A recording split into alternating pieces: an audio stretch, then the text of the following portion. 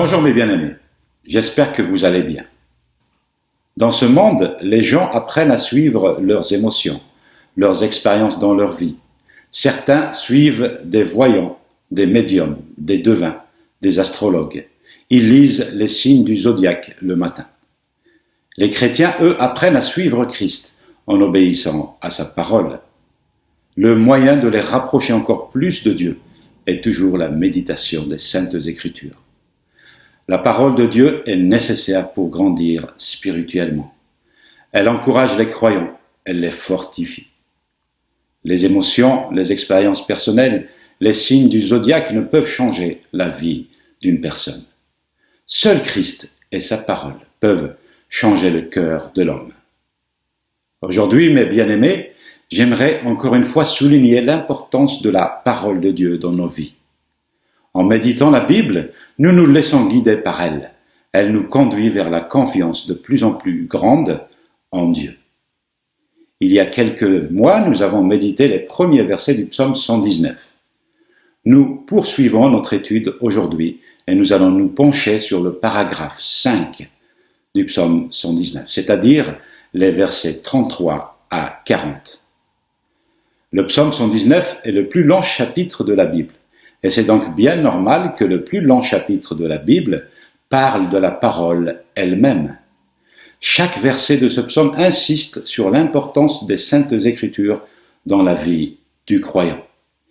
Il est question de lois, de commandements, de prescriptions, de statuts, des instructions ou témoignages, des ordonnances, des décrets, des promesses de Dieu, qui sont des synonymes de la parole divine. Seul le verset 122 ne contient pas un de ces mots synonymes. Ce psaume contient 22 paragraphes de 8 versets chacun. Dans chaque paragraphe, il y a une situation particulière dans laquelle se trouve le psalmiste, et à chaque fois, la parole de Dieu s'offre à lui comme la solution. Aucun autre chapitre de la Bible ne parle autant de l'importance de la parole de Dieu que le psaume 119. En étudiant ce psaume, nous apprenons à aimer davantage la Bible et son importance dans nos vies. Ce monde est éphémère et c'est très facile de céder à la tentation.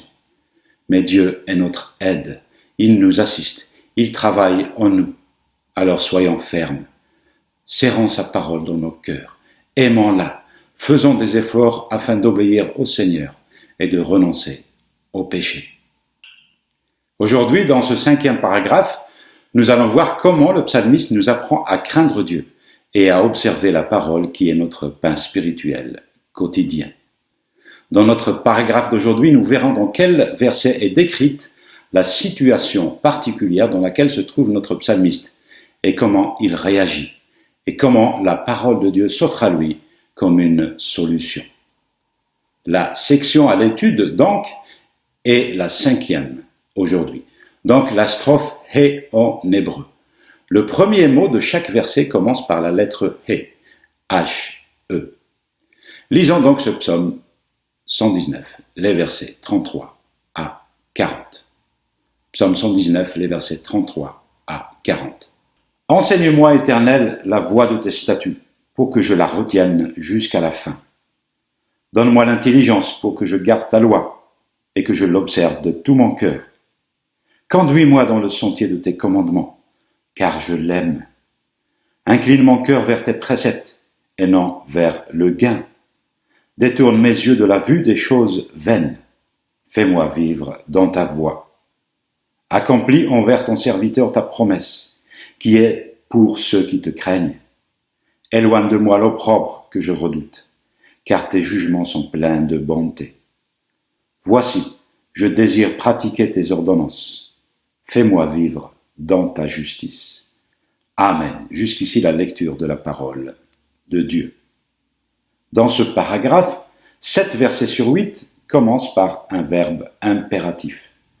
Enseigne-moi, donne-moi, conduis-moi, incline mon cœur, détourne mes yeux, accomplis envers ton serviteur, éloigne de moi. Seul le dernier verset commence non pas par un impératif, mais par un verbe au présent de l'indicatif. Je désire pratiquer tes ordonnances. Cette strophe commence donc par « Enseigne-moi, Éternel, la voie de tes statuts ». Avons-nous besoin de Dieu pour nous enseigner ? Le constat, c'est que personne ne peut comprendre les mystères de la parole de Dieu, à moins que le Seigneur lui-même lui ouvre ses yeux spirituels. Nous sommes tous infectés par le péché, et nous sommes tous nés spirituellement aveugles. C'est pourquoi nous devons demander à Dieu de nous guider par son esprit à chaque fois que nous ouvrons sa parole. La semaine dernière, j'ai parlé de la cécité spirituelle. J'ai pris cet exemple de cet aveugle de naissance et qui a été guéri par Jésus. Christ lui a ouvert ses yeux spirituels, de sorte qu'il a reconnu en Jésus son Seigneur. Quand nous venons à Christ et nous l'acceptons dans nos vies, il nous ouvre nos yeux spirituels et ainsi nous pouvons voir la lumière de Christ. Et le Saint-Esprit nous enseigne pour nous faire grandir dans la foi, dans la confiance en Dieu. En méditant la parole de Dieu, en cherchant, en scrutant les profondeurs des saintes Écritures, en creusant les mystères qui s'y trouvent, nous grandissons dans la connaissance de Dieu et dans sa volonté pour nous. Le Saint-Esprit nous fait donc comprendre ces mystères, ces trésors. Les saintes Écritures viennent de la profondeur même de Dieu, et seul Dieu, par son Esprit, peut l'interpréter. En méditant la parole de Dieu chaque jour, nous nourrissons nos âmes. Cette parole est le pain quotidien pour nos âmes. Oui, nous avons besoin du Saint-Esprit pour nous enseigner. Le Saint-Esprit est quelque part notre meilleur professeur concernant les règles à suivre, concernant notre conduite dans ce monde. Il nous apprend comment aimer Dieu et comment aimer notre prochain. Oui, les saintes Écritures se résument à ces deux commandements. Aimer Dieu et aimer son prochain. En obéissant à ces deux commandements, nous obéissons à toute la loi de Dieu. Chaque jour, non seulement nous demandons une ration de notre pain quotidien, mais nous demandons également un approvisionnement de la grâce de Dieu, afin que nous puissions suivre la voie des statuts du Seigneur jusqu'à la fin. Prions le Seigneur qui nous accorde sa grâce chaque matin. Oui, les bontés du Seigneur, son amour, sa bienveillance se renouvellent chaque matin. Elles sont fraîches chaque matin pour nous. Passons maintenant donc au verset suivant, le verset 34. Donne-moi l'intelligence pour que je garde ta loi et que je l'observe de tout mon cœur. Premièrement, nous avons supplié Dieu de nous enseigner sa parole, mais la connaissance même peut nous rendre orgueilleux.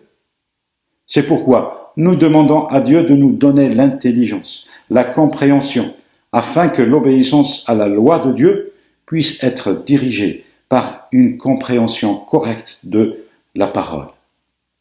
Prions pour que nous puissions éviter les pièges de l'orgueil. Nous pouvons devenir si occupés à faire des choses pour le Seigneur que nous pouvons devenir fiers de nos réalisations. Et ainsi nous pouvons être orgueilleux. Mais prions pour que nous donnions au contraire toute la gloire à Dieu. La gloire revient au Seigneur Tout-Puissant, qui m'enseigne et qui me fait comprendre sa parole. Il est mon meilleur professeur. Ainsi, j'obéis à la loi de Dieu de tout mon cœur. Le cœur dans le monde oriental n'est pas de la même conception que dans le monde occidental. Dans la Bible, le cœur a une dimension plus large que le siège des émotions, que l'organe humain qui aime. Dans le texte biblique, quand on parle de cœur, c'est le centre de toutes les pensées, de toutes les émotions, de toutes les décisions. C'est la partie intérieure de l'homme. C'est le fort intérieur. C'est le centre qui est orienté soit vers Dieu, soit contre lui, et qui se révolte et désobéit à Dieu. J'obéis donc au commandement du Seigneur de tout mon cœur, de toute ma pensée, de tout mon fort intérieur. Alors, je rendrai gloire à Dieu et à lui seul. Avons-nous besoin de Dieu pour nous guider et ainsi obéir à sa parole? Regardons ce verset 35. Conduis-moi dans le sentier de tes commandements, car je l'aime. Seigneur, enseigne-moi ta parole, mais aussi fais-moi marcher sur le sentier de tes commandements. Donne-moi la grâce et aide-moi à le faire, Seigneur. C'est la prière du psalmiste. Non seulement Dieu l'enseigne par sa parole, mais il a besoin de lui aussi, afin qu'il le conduise à obéir à sa parole, à ses commandements. C'est la prière du psalmiste qui proclame en quelque sorte: oui, Seigneur, je vis toujours dans cette chair pécheresse et j'ai un penchant naturel pour faire le mal.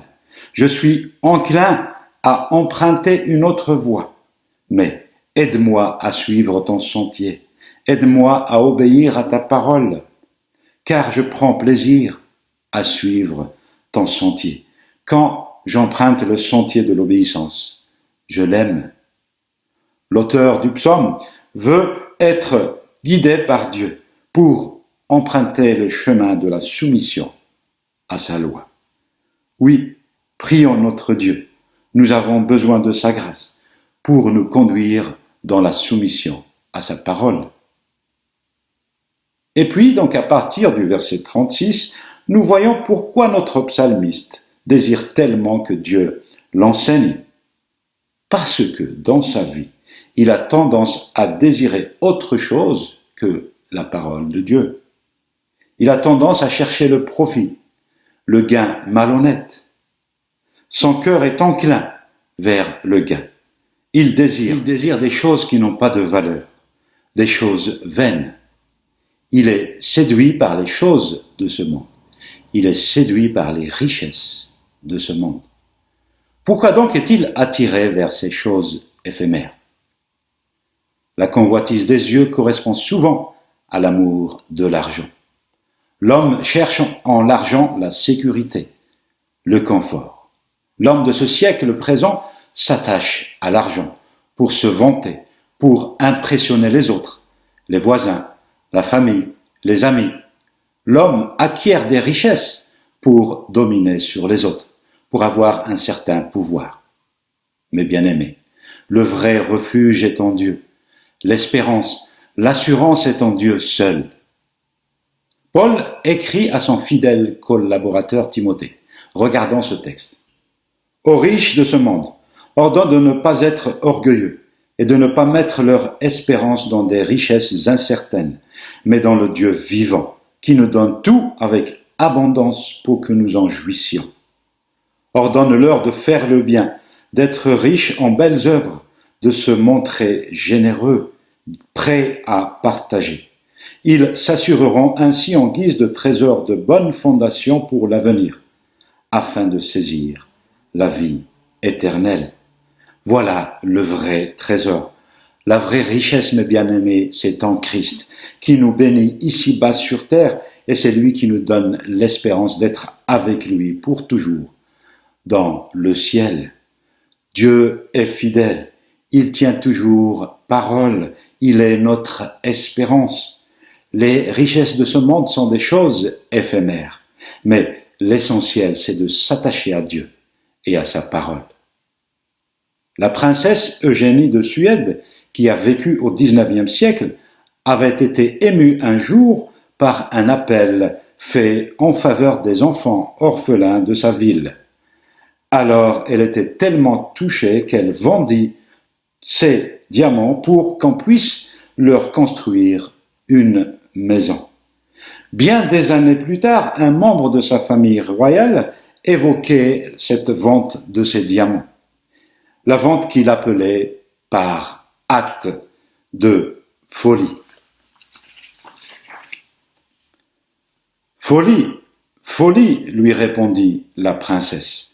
C'est la chose la plus sage que j'ai faite dans ma vie. Chaque fois que je vais à l'orphelinat, je peux voir tous mes diamants briller dans les larmes de gratitude de mes petits protégés. Et je suis récompensé 1 millier de fois. Christ a dit, amassez-vous des trésors dans le ciel, là où ni ver ni rouille ne détruisent, et où les voleurs ne fracturent ni ne volent. Notre psalmiste désire que Dieu pousse son cœur, non pas vers les richesses de ce monde, mais plutôt vers les instructions du Seigneur, vers l'obéissance. Il veut que Dieu le ramène vers la soumission à sa parole, qu'il l'aide à se recentrer sur les choses essentielles. Salomon termine son livre de l'Ecclésiaste par ceci. Écoutons la conclusion de tout ce discours. Crains Dieu et respecte ses commandements, car c'est ce que doit faire tout homme.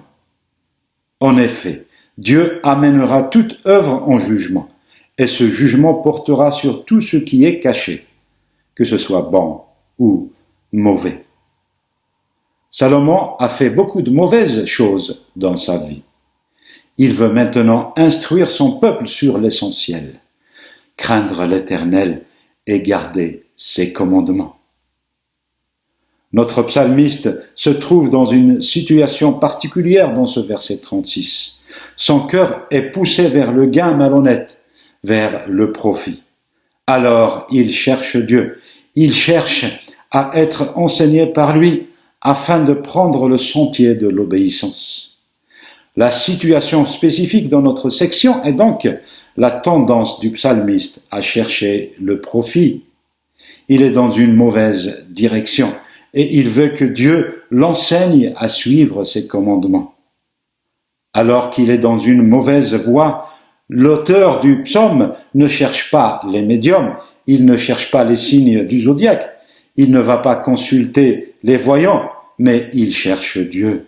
Il cherche à être instruit, enseigné par Dieu. Il cherche à suivre la parole de Dieu.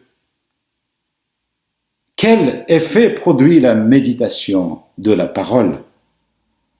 Eh bien, elle produit la crainte de Dieu qui nous amène vers le chemin de l'obéissance. Le psalmiste dit « Accomplis envers ton serviteur ta promesse qui est pour ceux qui te craignent. » Le psalmiste, une fois qu'il est enseigné par Dieu, dans sa parole, cela produit en lui la crainte de Dieu. La crainte de Dieu, c'est quand quelqu'un fait l'expérience d'une présence mystérieuse qui le transforme ou qui le met dans un certain embarras. C'est par exemple l'expérience de Moïse lors de l'épisode du buisson ardent au mont Sinaï. Dans l'obéissance à Dieu, Moïse a conduit son peuple pour le faire sortir de l'esclavage en Égypte et le guider vers la terre promise, vers Canaan. Dans le désert du Sinaï, Moïse donne cet ordre à son peuple au sujet de la fête des cabanes.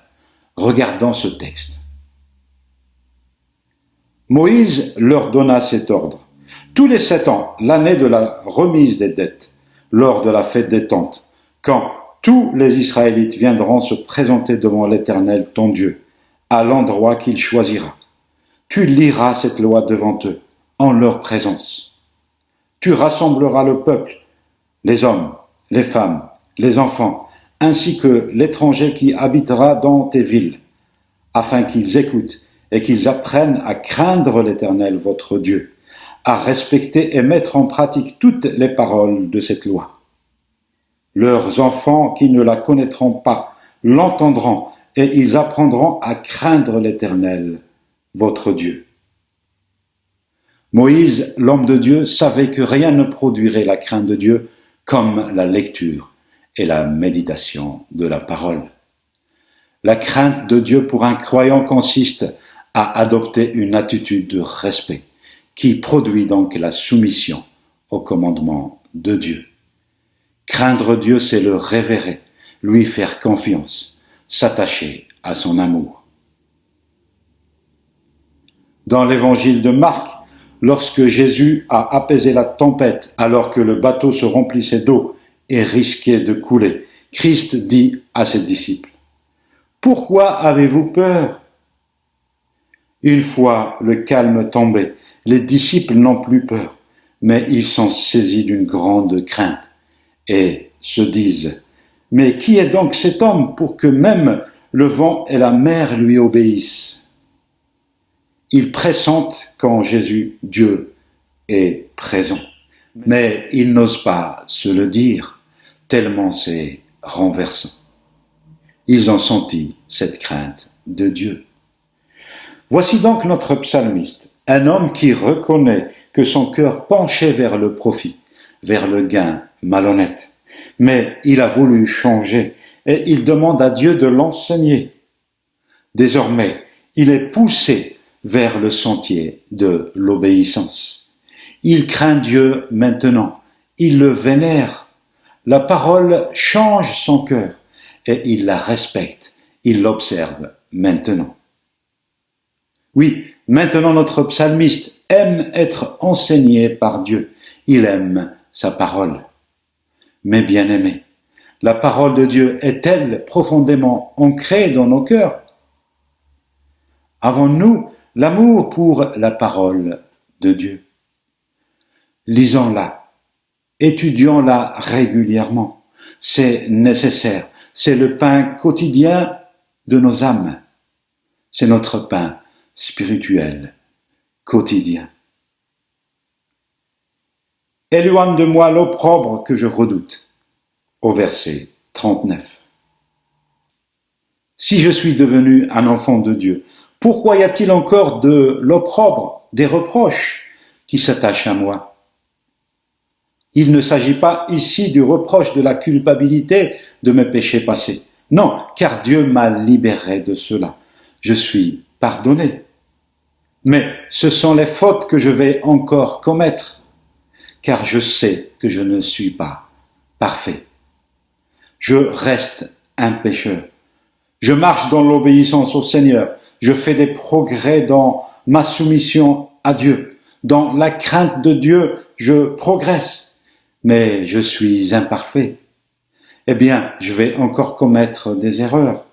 Et cela produit en moi des reproches, de la honte, du déshonneur. La honte d'avoir désobéi à Dieu. La honte de ne pas être à la hauteur. Le psalmiste prie donc ainsi. Seigneur, s'il te plaît, pardonne-moi mes infidélités. Oui, éloigne de moi, Seigneur, ce reproche. Notre homme termine ce paragraphe par dire « Je désire la justice. J'aime marcher dans la justice de Dieu. » Il prie « Et ta parole, Seigneur, m'aide à marcher justement dans cette justice. » Pendant ce temps de confinement, regardons le bon côté des choses. Dieu nous arrête afin de prendre du temps avec lui, pour grandir dans notre relation d'intimité avec lui. Lisons, méditons sa parole tous les jours. Si nous sommes en famille, rassemblons notre foyer autour de la lecture et de la méditation de la parole de Dieu. Apprenons à nos enfants à lire, à étudier la Bible. Mémorisons certains versets, certains passages de la Bible. Pourquoi nous faisons cela? Car nous aimons notre Dieu, nous aimons sa parole, nous voulons être enseignés par lui, car nous le vénérons, nous le craignons. Au début du XXe siècle, en Afrique du Sud, du temps de l'apartheid, donc de la ségrégation raciale, un colon hollandais disait à un pauvre Africain qui lisait sa Bible: « Ce livre n'est pas pour les gens de ton espèce. » « Au contraire, répondit l'Africain, c'est pour moi, puisque j'y suis mentionné. »« Comment est-il donc parlé de toi dans ce livre ?» interrogea le colon. L'Africain qui reprit: « Oui, il est parlé de moi. Regardez donc ici. Jésus-Christ est venu dans le monde pour sauver les pécheurs, dont je suis le premier. C'est dans la première lettre à Timothée, au chapitre 1er. Oui, tout être humain peut s'identifier à ce verset. La Bible est pour tous, sans exception. Mes bien-aimés, nous avons du temps pendant ce confinement pour être dans la présence de Dieu, pour être connectés à lui. Alors, louons notre Dieu, prions-le, méditons sa parole. La parole de Dieu nous oriente, elle nous guide sur comment aider mon prochain, comment le soutenir dans ces temps difficiles, comment l'aimer. La parole nous conseille sur notre comportement, sur notre attitude de tous les jours. Elle nous avertit sur les faux enseignements, sur les sectes. Dieu nous enseigne sa parole par son esprit. Il nous aide à la respecter, à l'observer. Les saintes écritures nous donnent le discernement pour reconnaître ce qui est faux et ce qui est vrai. Elles nous aident à élever nos enfants dans la foi. Elles nous donnent la joie d'être sauvés, d'être des enfants de Dieu. La parole de Dieu est notre pain spirituel quotidien. Elle nous fait craindre Dieu et cela nous emmène à l'obéissance. Mes bien-aimés, craignons Dieu et obéissons à sa parole. Et nous n'aurons rien d'autre à craindre. Amen. Que le Seigneur te bénisse et te garde.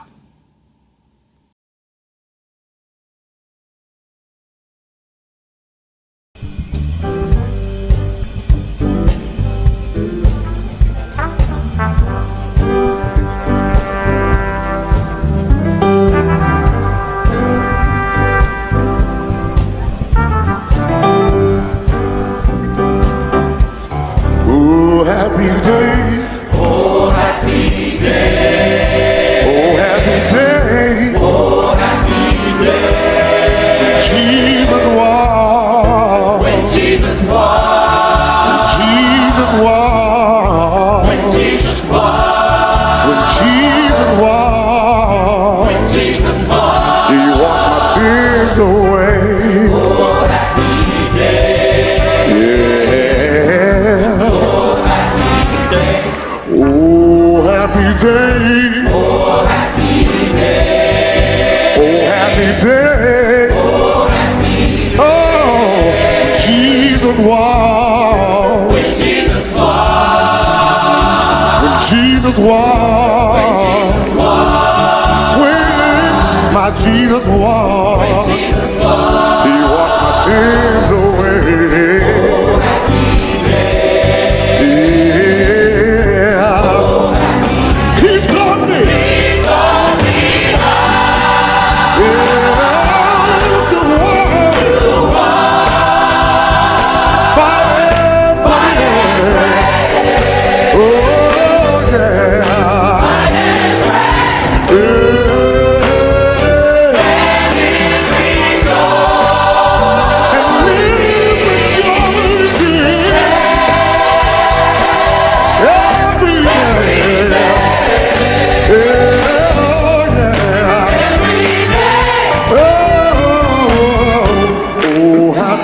Day.